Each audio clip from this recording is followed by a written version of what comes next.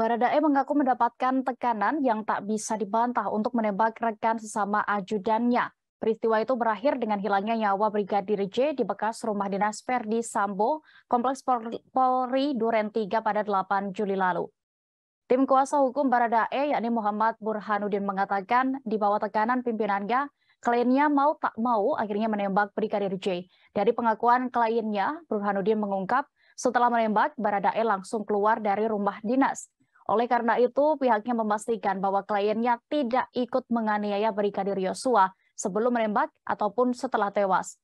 Baradae juga tidak melihat proses membersihkan darah di lokasi kejadian. Bahkan kliennya juga tidak melihat adanya mobil ambulans atau kendaraan lain yang membawa jenazah Brigadir J.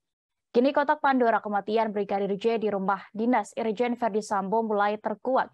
Dalam kasus ini, dua tersangka awal yang ditetapkan oleh Barreskrim Polri yakni Baradae sebagai tersangka pembunuhan. Kedua ada Brigadir RR selaku ajudan istri Verdi Sambo sebagai tersangka pembunuhan berencana kepada Brigadir J.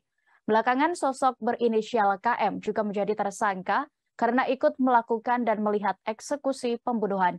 Malam ini Kapolri Jenderal Listio Sigit Prabowo mengumumkan Irjen Verdi Sambo sebagai tersangka keempat yang berperan memerintahkan pembunuhan.